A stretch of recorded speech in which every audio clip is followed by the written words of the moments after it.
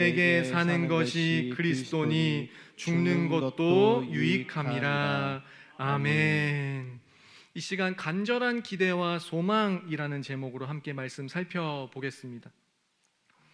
우리 성도님들의 간절한 기대, 소망은 어디에 있습니까? 혹시 학수고대라는 말을 아시나요? 학수고대, 아마 평소에 또 한 번씩 쓰시는 말일 줄로 압니다. 학의 목처럼 머리를 길게 빼고 간절하게 내지는 안타깝게 기다린다, 이런 뜻입니다. 우리 성도님들께서는 혹시 어떤 것을, 어떤 날을, 어떤 사람을 학수고대하며 간절히 기대와 소망을 담아 기다리고 계십니까? 아내는 육아를 도와줄 남편을 간절히 기다릴 것이고, 자녀들은 퇴근하는 아빠의 손에 들려있는 그것이 무엇인지 문이 열리는 순간 그것부터 목을 빼고 볼 것입니다. 맛집에서 1시간째 줄 서 있는 사람은 계속 가게 안을 들여다보며 내 자리 언제 나나 고픈 배를 부여잡고 기다릴 것이고, 직장인들은 무엇을 기다릴까요? 월급날 기다리겠죠?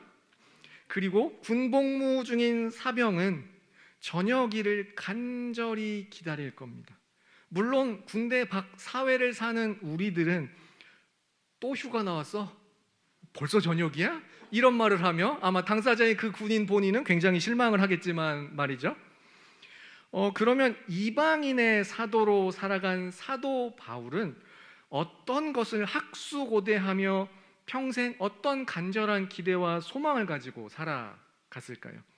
그리고 그 기다림의 시간, 어떤 삶으로 채워갔을까요?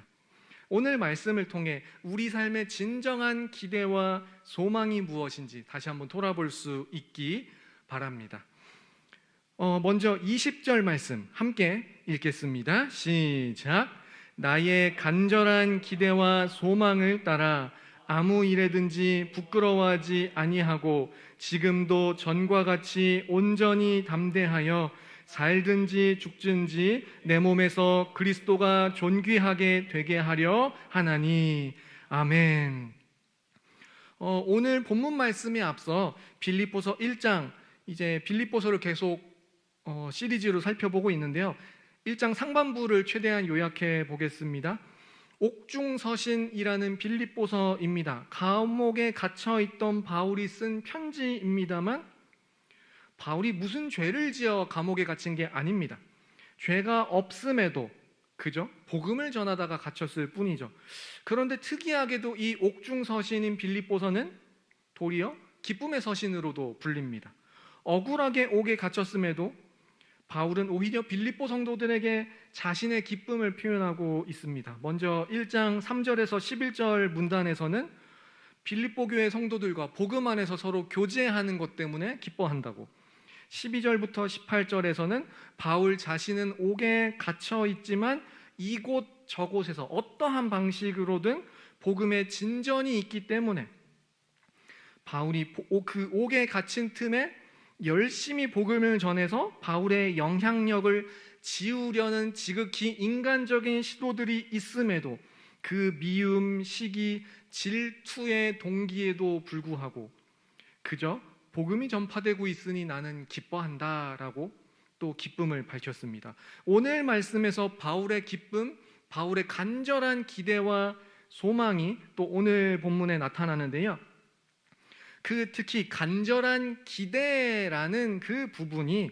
헬라어로 아포카라도키아라고 하는데 신약에서 딱 2번 쓰였습니다. 뜻은 사람이 앞에 있는 것을 보려고 목을 빼고 있는 모습이라는 명사입니다. 앞에 있는 것을 목을 빼고 볼 정도로 본다라는 건 뭔가 기대와 소망이 없으면 굳이 그렇게 보지 않죠. 하나만 예를 들면 삭개오는 예수님을 간절히 보고 싶었습니다. 그러나 키가 작아 아무리 목을 빼고 봐도 볼 수가 없었죠.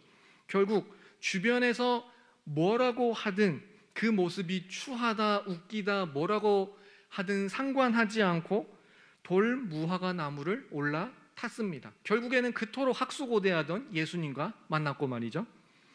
그런 간절한 기대와 소망이 바울에게 있었는데, 바울의 간절한 기대와 소망, 바울이 학수고대하던 바는 같은 20절 하반부에 있습니다. 바로 그리스도가 존귀하게 되는 것이라고 합니다.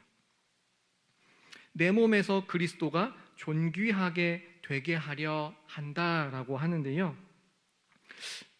그러니까 쉽게 말하면 그리스도가 높아지는 것인데, 한 가지 이상한 부분이 있습니다. 쉽게 말하면 수동태로 쓰였습니다. 그러니까 바울이 빌립보 교회 성도들이 그리스도를 존귀하게 한다, 높아지게 한다, 내가 이만큼 예수 그리스도를 높였어 라는 개념이 아닙니다.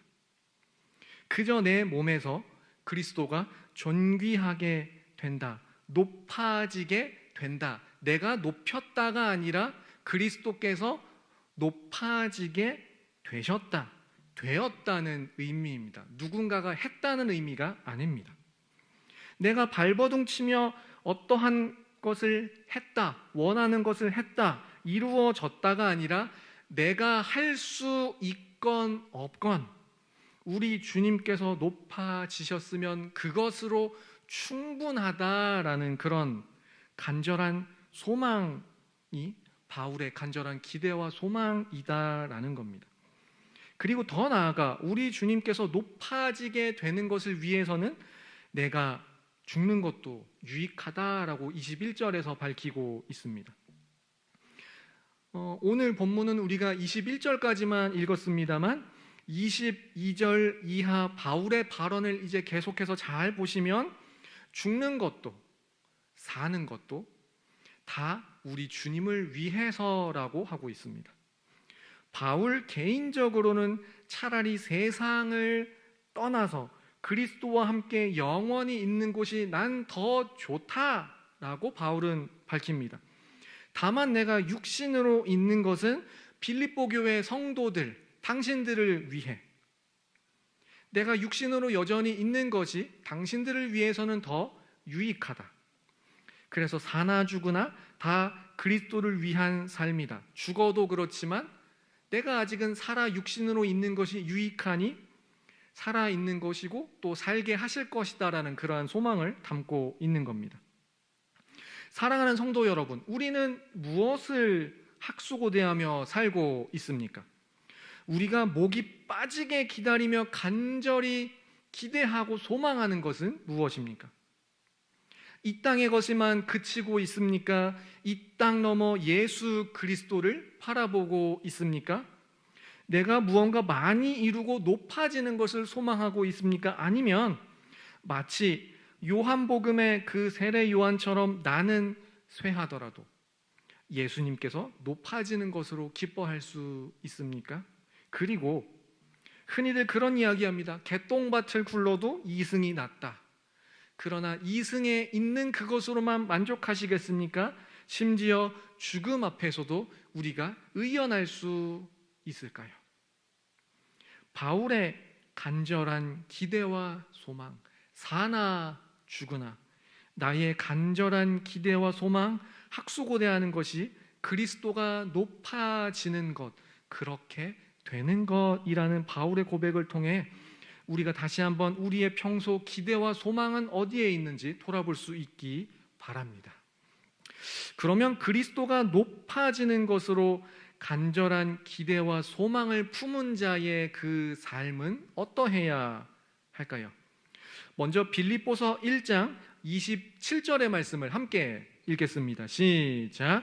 오직 너희는 그리스도의 복음에 합당하게 생활하라. 이는 내가 너희에게 가보나 떠나 있으나 너희가 한 마음으로 서서 한 뜻으로 복음의 신앙을 위하여 협력하는 것과 아멘. 그리스도가 높아지는 것으로 간절한 기대와 소망을 품은 자의 삶에 대해 바울은 그리스도의 복음에 합당하게 생활하라 말씀합니다. 그리스도의 복음에 합당하게 생활하라. 그러면 이 복음에 합당한 삶이라는 게 뭘까요? 여러 가지가 있겠습니다만 근접 문맥, 이 같은 빌립보서 1장 안에서만 간단하게 살펴보도록 하겠습니다. 첫 번째로 같은 27절 하반절에 보시면 너희가 한 마음으로 서서 한 뜻으로 복음의 신앙을 위하여 협력하는 것이라고 첫 번째로 말씀을 합니다.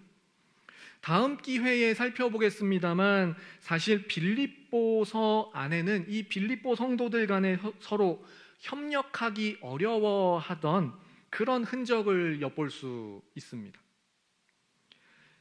일단은 그 부분을 먼저 바울이 제일 먼저 이야기를 합니다.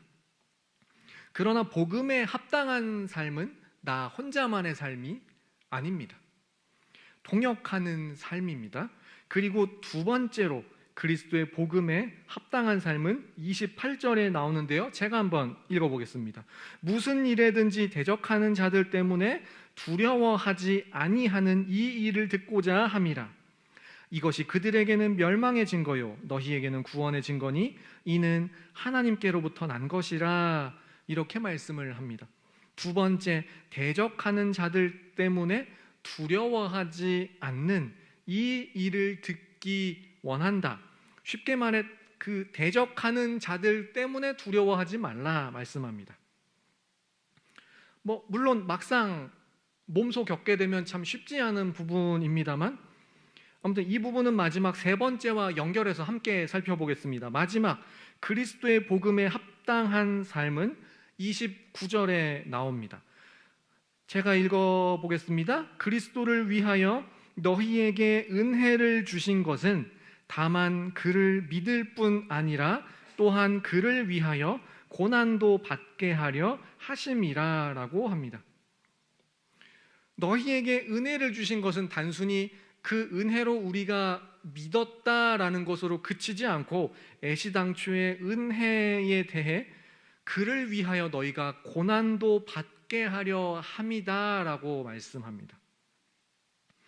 감사하게도 우리나라는 그래도 예수 믿는다는 것 때문에 그렇게 극심한 박해를 받는 것까지는 아닌 것으로 알고 있습니다.